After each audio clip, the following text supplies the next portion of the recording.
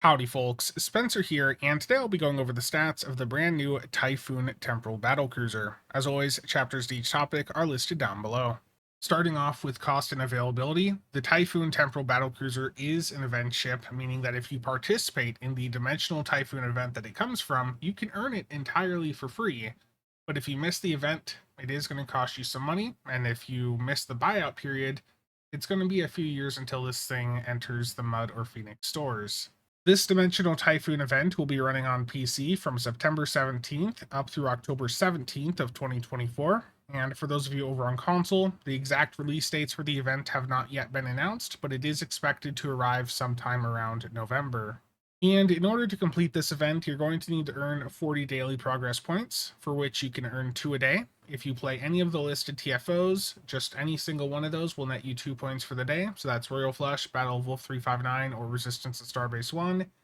Alternatively, there are some patrols that are part of this also, but those patrols only reward 1 point apiece, so you'd have to do 2 patrols in the same day if you wanted to do that to get your daily progress.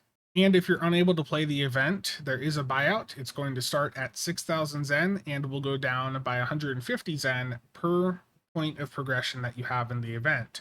So if you're in a situation where you need to buy it out, again, try to get in as much participation in the event as you can to reduce that buyout cost. And just to be clear, this is an account-wide unlock, so any characters you have, including ones you haven't made yet, will be able to access this ship via the event reclaim window if you complete or buy out this event. And heading into the stats, this has a hull modifier of 1.4, shield mod of 1.1. It does have a 5-3 weapon setup, so I know many of you will be very happy about that. It has 3 device slots. We'll go over the bridge officers here in a moment. Console-wise, 4 TAC, 4 engine, 3 psi. So once you X2 this, you can get 6 isomags on it. Base turn rate of 9, impulse mod of 0.18, inertia of 50. So this is, I believe, above average maneuverability for a battlecruiser, which is good to see. Plus 10 weapon and aux power. It can equip dual cannons. It is a temporal ship, so it does have access to the molecular reconstruction ship mechanic. For the cruiser commands, it has access to all but the threat one.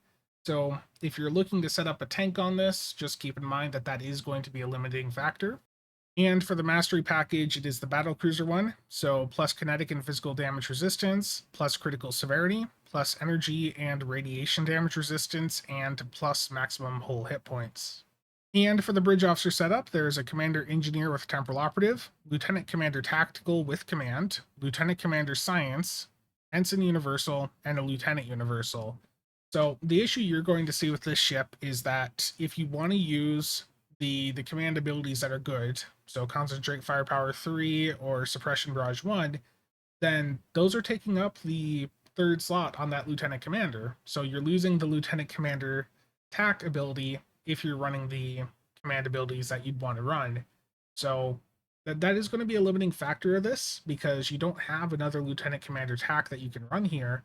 So if you want to actually take advantage of the command, that is a trade-off you're going to have to make. You're going to have to lose your beam overload 3, your cannon scatter volley 2, your high yield 3, corpse spread 3. You're going to have to drop those down a rank if you want to use the command seat to its fullest extent.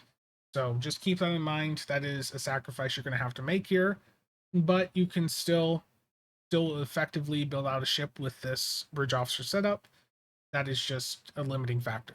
And heading over to the ship comparisons, the ships that I think you'd most likely compare this to are the Kirk Temporal Heavy Battlecruiser, which is a promo ship from a couple years ago, the Constitution Temporal Light Cruiser, another promo ship from several years ago, the Terran Cygnus Battlecruiser, a C-Store ship from about 3 years ago, and the World Razor Temporal Ops Juggernaut, which is a lockbox ship from early 2023, which is now available in the current year event campaign.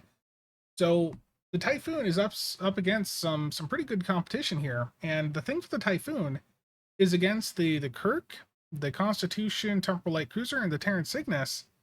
It's pretty damn competitive.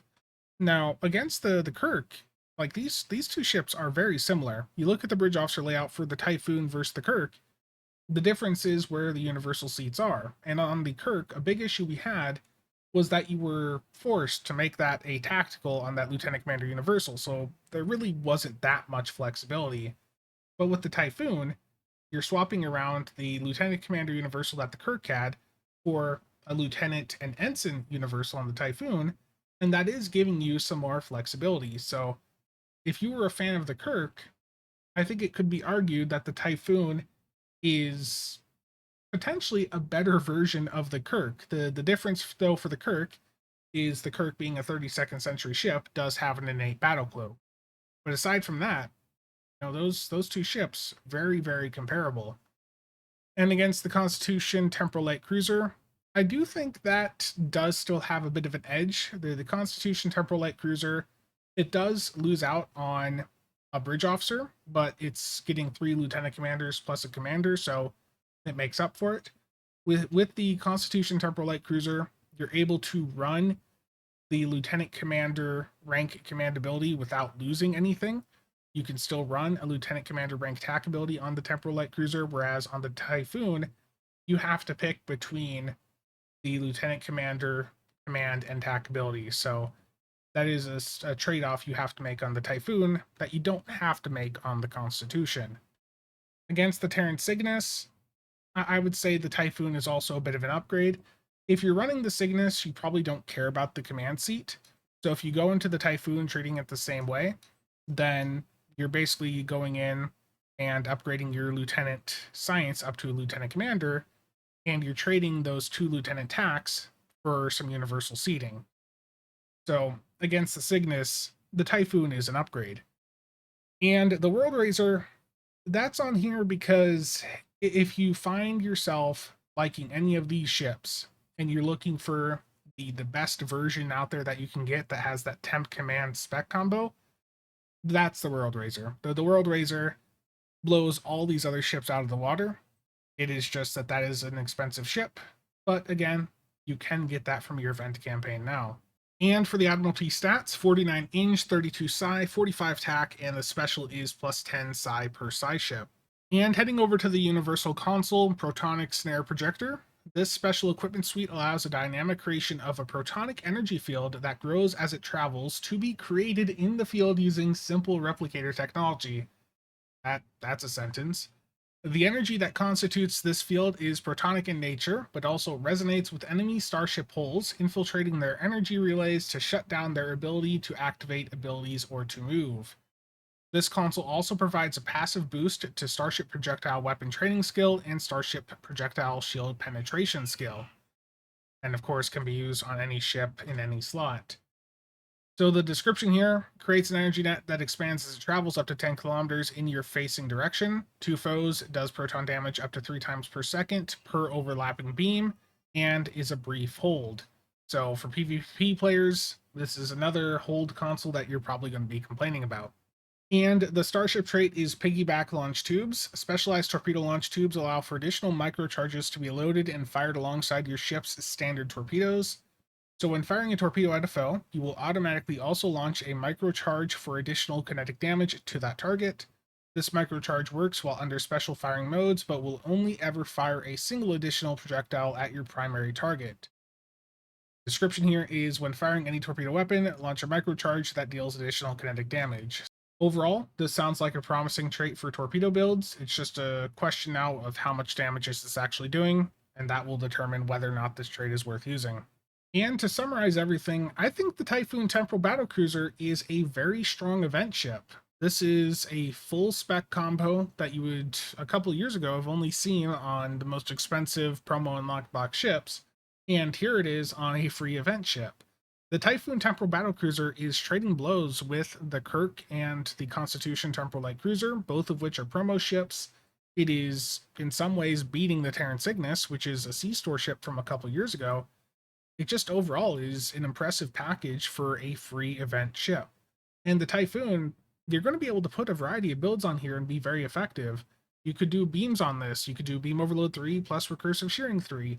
You can do Cannon Scatter Volley 2 on it with a bunch of uncons if you want to go that route.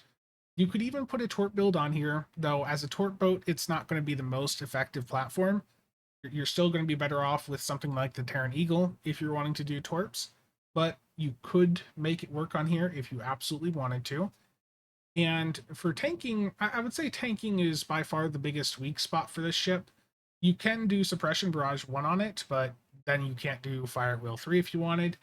But the other limiting factor for a tank build is you don't have access to the Threat Cruiser command. So that is a limitation for this ship. But overall, I think it's extremely impressive.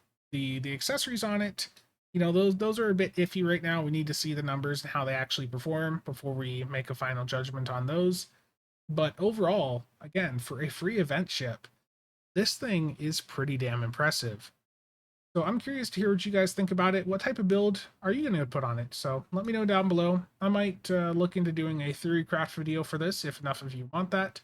So if you do, let me know. But that's going to be it for today. As always, thank you to all channel members and viewers for the continued support. See you guys around.